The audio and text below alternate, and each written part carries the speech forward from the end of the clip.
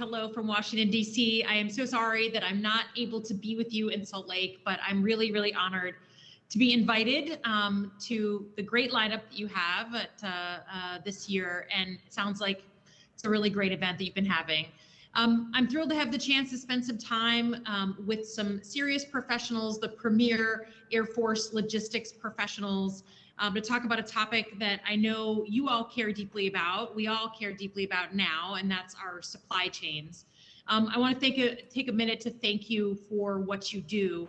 I'm married to an Army officer and a former retired Colonel Apache pilot. My stepdaughter is actually a logistician in the Army who's in Germany right now. My other stepdaughter is a physician in the VA, so we're service people. And I certainly know from my time in Iraq and just serving alongside the military for most of my career that we would just be nowhere without logistics. And the good news is, I think the whole rest of the world has really figured that out over the last 2 years. So I'm really just happy to be here. The organizations like yours really help us bring the conversation up to kind of a strategic level. But I've had the experience of having now 2 wonderful Air Force logisticians in my office. I know Holly, who just introduced me, and Geno, who I think will be facilitating our questions in just a second, is now serving in my office.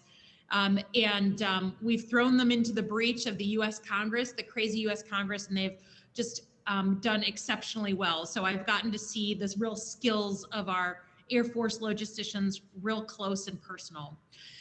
So what I want to do was just take a couple of minutes and talk about how supply chains are kind of being looked at here from Congress, from Washington in general. And I think the simplest way to put it is these last 2 years have really made supply chains sexy. I mean, people are talking about supply chains who literally did not know what the word supply chain meant 2 years ago. And I think the context for this, of course, is COVID. I certainly feel like I found religion on supply chains when I found myself as the representative of a mid-Michigan district, just desperate to get things like gloves and gowns and masks and just not able to get my hands on them. I found myself negotiating with a Chinese middleman who didn't speak much English in the middle of the night because we could not get a 78-cent mask. And it got so crazy in my district. And we did a little media about this, like trying to get all these basic supplies, that we actually had the owners of a restaurant, I'm sure, or a chain, I'm sure some of you know, Panda Express. It's like kind of cheap Chinese food. They reached out to us when they saw an article about trying to get supplies. And they said, if you can prove that your hospitals are within 10 miles of a Panda Express, we will get you all the masks that you need. And so my staff Google mapped the situation, and we found that 3 of our 5 hospitals were within 10 miles of a Panda Express. And that is a major way we got masks into our nurses, our doctors, our health professionals. And while it's kind of a funny story to look back on now, it is just crazy that was the way that we were figuring out how to get healthcare professionals what they needed. I think before the pandemic, the average American really didn't know much about how important our supply chains were and how integrated they were all over the globe.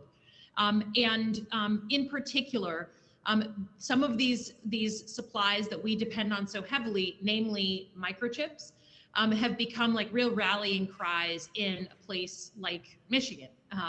We know that obviously microchips are in everything that we use. They're in all kinds of products. They're certainly in plenty of military hardware.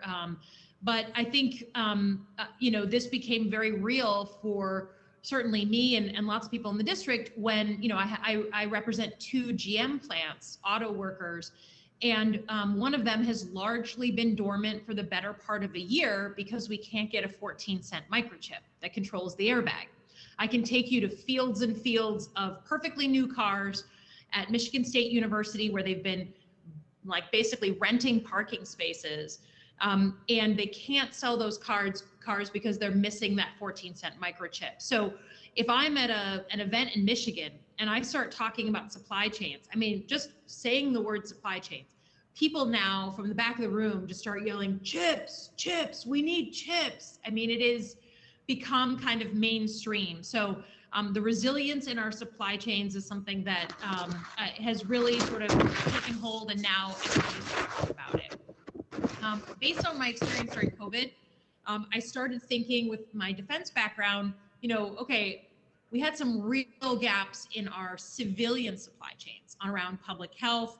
And now I represent, I represent the auto industry, or many folks in the auto industry, and they're really being sort of exposing some of the holes in their supply chains. So what does the Defense Department look like? What does the Pentagon look like? I was there for 7 years. And needed a lot of things from a lot of the services, needed a lot of the things for COCOMs, but never once thought about the sort of interconnectedness of the supply chains on our defense supply chain. So we started a bipartisan task force, myself and Representative Mike Gallagher from Wisconsin, and we started basically a 4-month process of bringing folks up and having hearings, both from Pentagon officials, folks who worked in the Defense Department, but also outside experts, folks who specialize in supply chain management from the private sector, academics who look at these issues. And I think it just really kind of opened up the possibility that we have major vulnerabilities in some of our supply chains. And I think it was brought home to me in a very real way when we were hearing from some folks about propellant, right? The things that make all our ordnance go boom. And these wonderful folks from the Pentagon showed us, the classic stoplight chart of red, yellow, and green. And they said, here's where all our propellant comes from. And red is single source China, yellow is from another nation, and green is from sort of an ally, a treaty ally, or from the United States. And the entire spreadsheet was red. And it was literally seemed about 90% of our propellant was sourced, or at least some of the chemicals were sourced to China. And I don't think anyone was missing the irony that, God forbid, if we had to ever go to war with China, that 90% of the propellant came from there. And that was a real point of leverage, that supply chains are a real point of leverage that some of our adversaries have over us. And I think that it risks the possibility that an adversary or even just a competitor can really influence the choices of the United States based on control of that supply chain. And I think we're seeing that in real time with everything that's going on with Russia and Ukraine, and now looking at how China is reacting to what's going on in Russia and Ukraine. We know that, frankly, if you talk to John McCain, he would have told you, this was his line, that he said Russia was a gas station with a military, right? That they don't produce a whole lot, manufacture a whole lot. They're actually not nearly as integrated with us as a place like China. But even with that, the fact remains that they just control a lot of things that we need. So, for instance, I have a very agriculture-focused district, and our farmers were the ones who first flagged, a key ingredient in all fertilizer that they use is potash. And that only comes from 3 places in the world: Russia, Belarus, and Canada. So the market on fertilizer, the prices on fertilizer are already going through the roof, and will literally deeply affect what our farmers plant, and therefore the commodity prices, the prices of our food a year from now. So you start to see very quickly how interdependent we are. And I think that we just wanted to take a hard look at what it meant to take sort of a strategic approach to our supply chain. So we did this 4-month investigation, and we heard some common themes. First and foremost, and this will not surprise any of you, the department, sort of corporately, Pentagon-wide, does not, or the defense industrial base, by the way, does not have sufficient visibility on its supply chains, particularly at lower levels. And so therefore we don't understand our vulnerabilities, right? There may be corners of the Defense Department that really understand their supply chains, who have sort of gotten religion on this issue and decided to really dig deep and understand where all their supplies come from. But as a corporate entity, we don't do it. Certainly, there was no mechanism to do that. We also saw very, very quickly that there was no way to kind of get healthy on our supply chains unless we understood the vulnerabilities. And then once we did have that insight, on specific once we had that insight, we could actually do something about it. We could go to specific manufacturers, specific vendors, and do something about it. But it was not until we sort of admitted we had an issue that we could do anything about it. And then, honestly, in addition to the microchips, that we identified we looked very deeply at a number of critical supplies, right? Because you can't get healthy and have everything you want. You have to pick certain things that are truly critical. So we picked things like microchips, rare earth minerals. We picked active pharmaceutical ingredients, things that we thought were sort of fundamental for the readiness of the force and for our equipment. We came up with a number of legislative solutions that have now actually been signed into law. They passed in the NDAA just recently. We had 7 provisions that got through, that made it through the gauntlet of going to the Senate. We do require the Department of Defense to develop that supply chain task force, a supply chain risk assessment framework. Like, I don't need to tell you all how to get a handle on your supply chains. I just need to know you're getting a handle on your supply chains. And we want to leverage, data analysis and supply chain illumination tools to do that. I think, this doesn't, there are lots of organizations outside the Pentagon who are trying to help private sector companies to do that, to really understand their own supply chains. We would hope that the department would take a similar approach in getting help and, particularly through technology, to get a handle on this.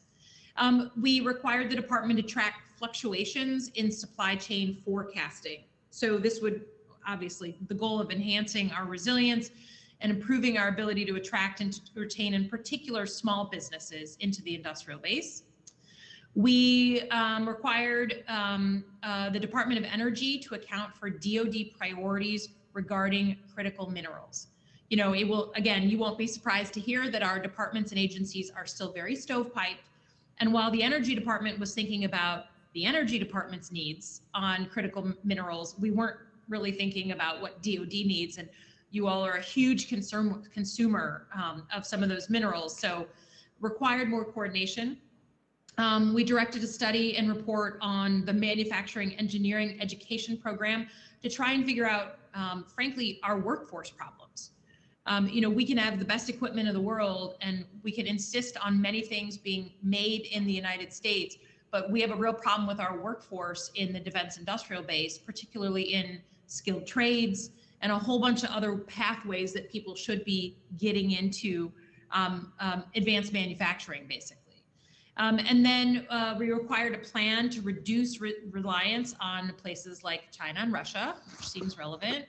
And then, frankly, in a perfect world, we would just return all supply chains back to the United States, preferably to the state of Michigan, and we would make everything we need in the United States. But that's just not feasible. It's not practical. So we were really interested in ally shoring, basically trying to at least diversify the countries we were going to, try to go to more friendly countries by incentivizing openness to US business, right? So what kind of trade conversations can we have that would make, a place like India or a place like Vietnam or other places who are more friendly to us, but also produce things more cheaply, which is frankly why we go abroad to begin with. And then we wanted to prioritize acquisition of strategic and critical materials from places like Canada, Australia, the UK, obviously the Five Eyes. We also know that the conversation about supply chains is happening in the United States, but it's also happening with all of our allies and partners. And Lord knows from my time at the Pentagon, NATO, which is busy right now, but usually talks about like all kinds of cooperation, but we don't have a real like international conversation on supply chain vulnerabilities. So we push for that to happen. You know, I think the thing that's on the horizon that will, I think, certainly long-term affect you all is we did pass in the House a pretty historic piece of legislation that would expand and incentivize US semiconductor manufacturing and here in the United States. You might have seen that Intel made a $20 billion investment in Ohio a few weeks ago now, maybe it's a month. And while I wish they went just like 90 miles north to Michigan, it is part of this effort, an incentivized effort to bring semiconductor production and fabrication, you know, here in the United States so that we're not so dependent. I mean, and just to be clear, if you have an iPhone or a smartphone in your hand, the United States makes 0% of the 5G capable chips that are in all of our devices. And we make, I think, less than 25% of the legacy chips that you need for vehicles, including military vehicles. So in any case, we have a bill that we passed that incentivizes this very expensive, stand-up of these facilities so that we can make some of our own chips. And I'm happy to talk a bit about that if you want in the Q&A. I will just say in closing, again, we need you to think bigger and more creatively than you ever have. To imagine that you and or your teams could be called upon to really sort of expose the vulnerabilities in your own chains, at least have knowledge of them. You know, I think Holly, who introduced me, clipped a little ad that appeared in the newspaper a couple of weeks after we started our task force. And it was like, you better know what's in your supply chain and where it comes from before you're hauled in front of Congress to answer for it. And I think that that to me is kind of the new thing in, careers like yours, is that now, like, random people in Michigan are talking about supply chains, and they want to know that, particularly from the Defense Department, we have really thought through mitigating risk, and we're not going to, fall on our face should, God forbid, we ever get in a conflict that changes what we can do and where we can travel and who we can pull from. So the work is not done. The way things work in Congress is you do a task force, you introduce a bunch of legislation, some of it passes, and you come back for a second pass. I'm certainly, no one has the dominance on how to do this right, and we're all trying to figure out how to minimize our risk. But I just thank you for what you're doing and for being in a career field that's gotten a lot of visibility lately and will get only more in the future. Thank you for letting me come in front of you, say a few words, and I'm happy to take your questions. Thank you, ma'am. Hi, everyone. Major Geno fan here. I'm a defense fellow here serving in Congresswoman Slotkin's office, and I'll be facilitating this Q&A session. Ma'am, thanks for your remarks and for your leadership in this space. First question I have for you is, one thing on the mind, I think, of many of the Air Force professionals in the audience there is divestment of legacy platforms. So the supply chain currently does not support aging aircraft parts obsolescence, diminishing manufacturers, et cetera. So what is Congress doing to address these factors while simultaneously requiring the Air Force to continue to maintain and sustain 50-plus-year-old aircraft? Thanks. Yeah, thanks, Geno. I think that here, Congress is, we should be like looking at our shoes right now. And because it is certainly clear, I mean, I'm a pretty new congressperson. I'm in my second term. I come from the national security world. So being up here as a member is very different. And one of the things you realize very quickly is everybody is trying to keep all the jobs they possibly can in their district. That's like kind of the minimum you should be doing as a member of Congress. And what that means is that even though you might be worried about a growing threat of China and the need to invest in new technology, new platforms, new this, new that, the minute someone comes to you and says, well, we want to we want to close down that legacy system that is made in your district, or where your job really, your district has a lot of jobs related to that platform. Oh no, people are going to fall on their sword in order to keep that legacy system. And you all are on the receiving end of that, of things that you would much rather get rid of that you're forced to keep warm and keep using. This became so clear to me that people were speaking out of both sides of their mouth that I basically created an amendment last year that was bipartisan, and I call it the pork amendment.